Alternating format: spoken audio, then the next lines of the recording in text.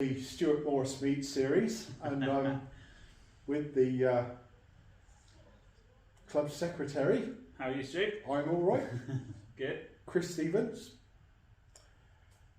Look, you've got a really important job. I mean, you seem to row stats off the top of your head. You know when players are banned, you know when they're not banned, you know when they're signed.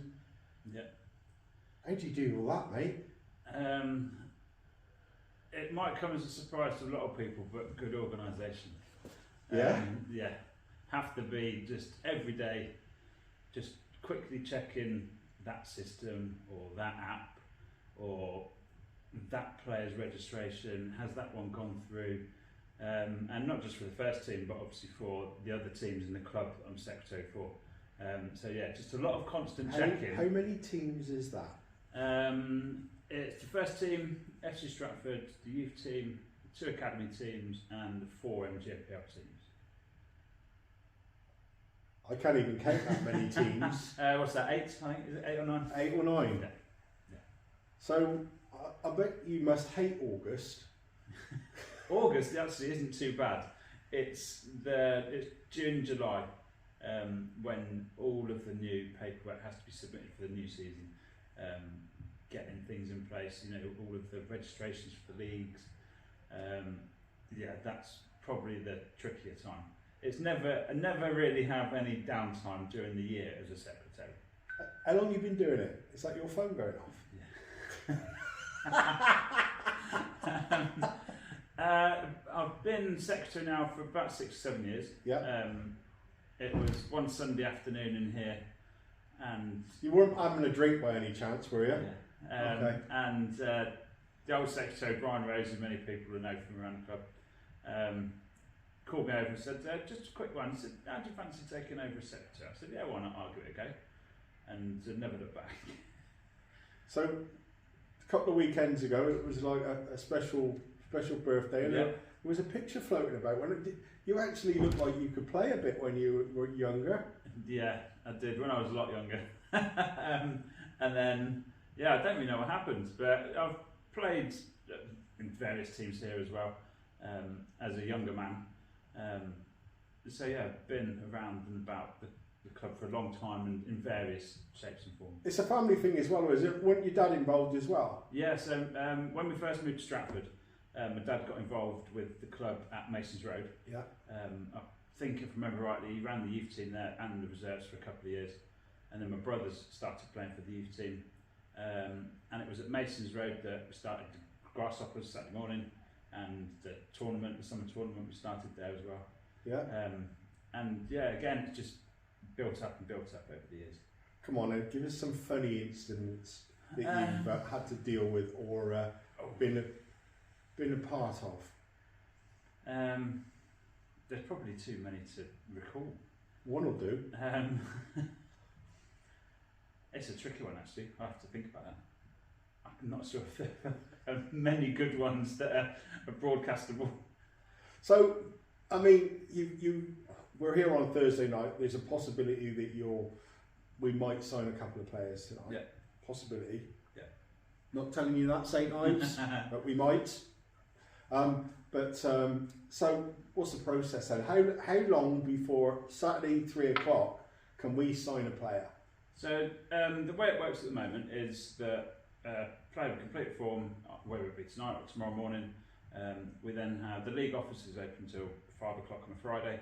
So I like to try and get it done before and submitted through the various systems by 5 o'clock on a Friday, just so that I can then advise the management team that the registration has been accepted, and we're not waiting overnight and into Saturday morning, not knowing if it's going to go through or not. And is we got like up to something like 11 o'clock on a Saturday morning to get 4 hours before kick-off.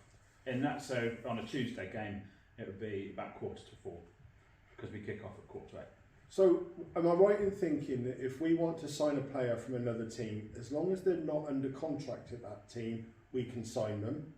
But if they are under contract, we have to put what's called in a 7-dayer, is that right? So the FA rules are that you should approach any club that you want to speak to their player with a 7-day approach, whether they're contract or non-contract. Right. So you put in an approach. Normally, the way that clubs work well together in the Southern League and Hellenic League and other leagues lower down. Normally those good relationships work out well, and normally clubs just turn around and say, yes, we'll waive the 7 days, and you can speak to the player immediately. And then it's up to the player if they want to leave the club or not, and go to pastures new. But that's where it's just trying to stop clubs poaching numerous players from one club in a short period of time. But it's a very, very small world though, isn't it? Yeah. You're telling me that, you know, that fella's playing well then at that club. He's got a mate that plays in that team. Yeah. Go on, see if he got. Is there a lot of that going on and all? Yeah, very much so. And certainly, in my time as secretary, the number of players that go to away grounds now and oh hello mate, and remember players from the past, from the past few years, and they also start to remember you, and also opposition officials as well. The longer that you're in that environment and speaking to people, whether it's for transfers or match arrangements and things like that, you just start to become second nature, and then you just get engrossed in that environment. Yeah. And so another thing that you're obviously involved in is because you have to sort of like meet the referees before the game, make sure that the officials are coming, where they know where they're going to come in, and all that sort of thing. But what about the discipline side of it? That must get pretty tricky, and counting, do you get a referee's report telling you he's been booked and all of that sort of thing? How do you work out, and then the severity of any suspensions? So the FA systems are quite good. It does a lot of it for you. Like the referees will give us a report after a game if a player's obviously been booked or sent off. But that information on that form gets uploaded into a central system. Right. So then that collates it all, and then we get issued invoices depending on how many we've had every few months. So fans obviously won't know that. So the club actually get a fine for a booking for a player as well. Yeah. So you get it varies a little bit with the FA in terms of the amounts for bookings and severity of red cards, etc. It's not too dissimilar to how it works on the whole game system for grassroots football. Yeah. That the county FA has issued. So it is a very similar process. It's just managed in a slightly different way with a different system. Now we've obviously fallen foul of the totting up procedure. We've got Jack on 15 bookings, and yes. So that'll be a free game ban. Is that likely to be his last ban, providing he doesn't get sent off this season? The next benchmark would be 20 before the end of the season. Right. And then there isn't a guideline for that at the moment. So Jack could be setting a record here then. Yeah, there isn't anything set in stone as to what the ramifications would be on that. Okay.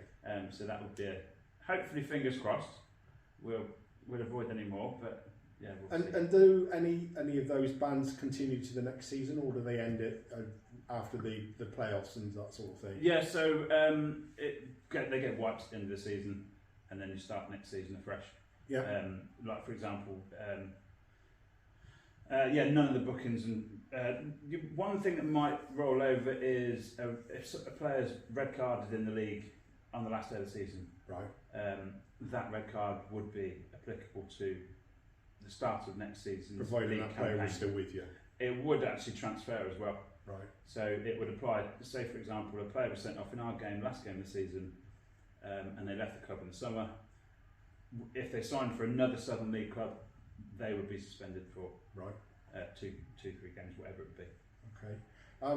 And I guess the Football League and stuff, they've had their transfer deadlines. When's our transfer deadline? So we have up until the 4th Thursday in March to sign players. Right. And then that's the cut off for the season. We don't necessarily have a transfer window as such. We've got until then to do our business. Yeah. And get everyone in place we want to be in place for the final push. And do we have a limit of loan players? There are various limits. Work experience players, I think it's 6 or 8 of them you can have throughout the season. I think off the top of my head it's either 4 or 5 short loan players throughout the season. Might be 3 or 4 long-term loan players throughout the season, and then they do also have a few guidelines to say that you can only have so many at one time. Right.